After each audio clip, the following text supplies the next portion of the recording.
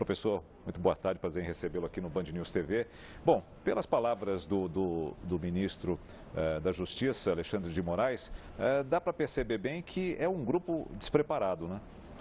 Isso, pelas notícias que nós temos, é um grupo que se formou em torno de um canal no Telegram, que é um aplicativo de mensagens como o WhatsApp, e eles não se conheciam pessoalmente e por meio desse grupo trocavam ideias, aparentemente de uma forma amadora, porque eles foram descobertos e não tiveram nenhuma preocupação com a comunicação. Se um grupo ele quer perpetrar um atentado terrorista e fazer com que esse atentado seja bem sucedido, alguns procedimentos operacionais de segurança mínimos, eles precisam ser adotados.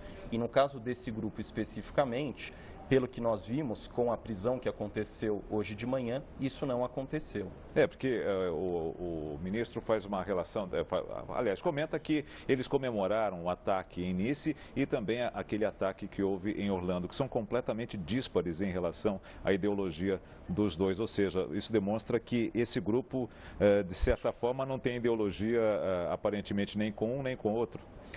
O que tem acontecido no mundo como um todo, e nesses casos específicos do atentado em Orlando e do atentado em Nice, na França, é que esses atentados, aparentemente perpetrados pelo que se chama de lobos solitários, eles são influenciados pela ideia e pela ideologia também do Estado Islâmico. Então, esses brasileiros, quando eles comemoraram esses atentados, eles estão um pouco aí nesse panorama da ideologia do Estado Islâmico, no sentido de que esse grupo conseguiu cometer atentados de maneira bem sucedida. Então, a ligação a gente pode fazer desse jeito, embora seja uma ligação muito tênue no campo das ideias e nenhuma ligação operacional propriamente dita. Professor Bernardo, a gente também percebeu, pelo menos deu a impressão, da tranquilidade do ministro da Justiça em passar uma determinada segurança.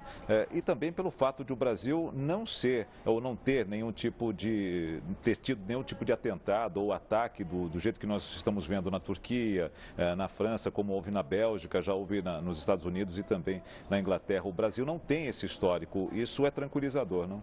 O Brasil não tem histórico porque, tradicionalmente, nas relações internacionais, o Brasil é um país neutro. O Brasil ele não está trabalhando conjuntamente, por exemplo, com a coalizão que está lançando ataques contra posições do Estado Islâmico na Síria e também no Iraque. E, ao mesmo tempo, o Brasil é um país que recebeu todas as ondas de imigrantes, de uma forma muito adequada. Há uma boa coexistência aqui no país, de modo que não existem justificativas para um atentado terrorista.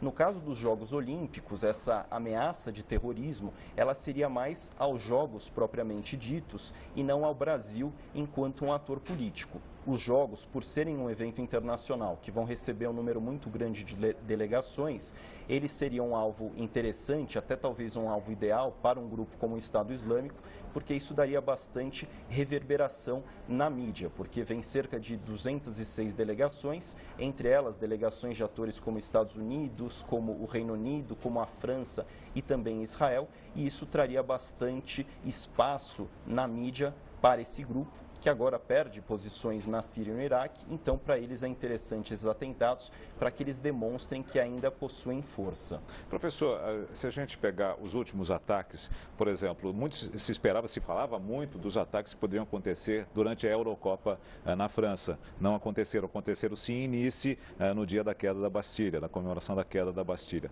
Um evento como esse da Olimpíada, que chama tanto atenção e tem um grupo maior de vigilância, isso não dificulta ainda mais um ataque como esse, ou ataques que possam ser perpetrados?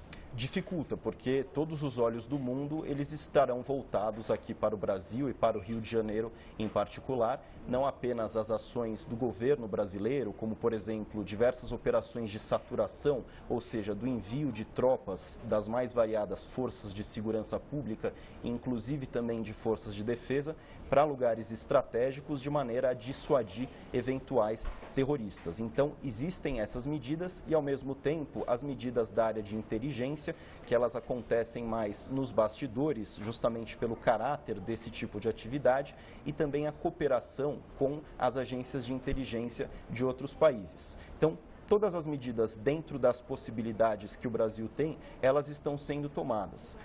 Existe aí a possibilidade de um atentado, embora ela seja pequena, até mesmo o ministro da Justiça falou isso, mas de qualquer forma, eventos de baixa probabilidade, eles também acontecem. Então, mesmo com todas essas medidas, eventualmente pode haver alguma falha ou algum lapso na segurança a ser explorado e a partir daí um atentado acontecer. Então, essa possibilidade ela não pode ser descartada.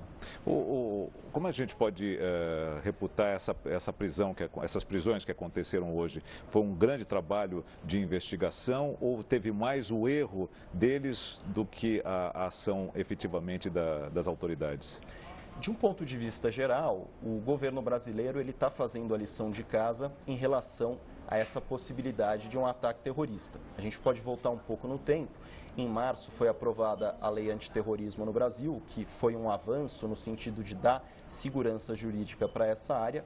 Mais recentemente também foi aprovada a Política Nacional de Inteligência, que orienta os trabalhos dessa área. Então o governo ele está agindo, mas ao mesmo tempo, nesse caso específico do grupo que foi preso hoje, me parece que foi mais um descuido do grupo, mas apesar disso, o papel das autoridades ele também é importante porque elas estão demonstrando que estão atentas a quaisquer movimentações, pelo menos aquelas que possam ser vistas, no sentido de frustrar eventuais atentados. Porque o Brasil, de certa forma, também tem que se preocupar com a sua violência interna, né, que também é bastante importante, né, assaltos, roubos à mão armada, enfim, tudo isso. Mas, obviamente, que numa ação como essa, que traz diversos grupos internacionais, eles também vão receber ajuda de outras inteligências, né?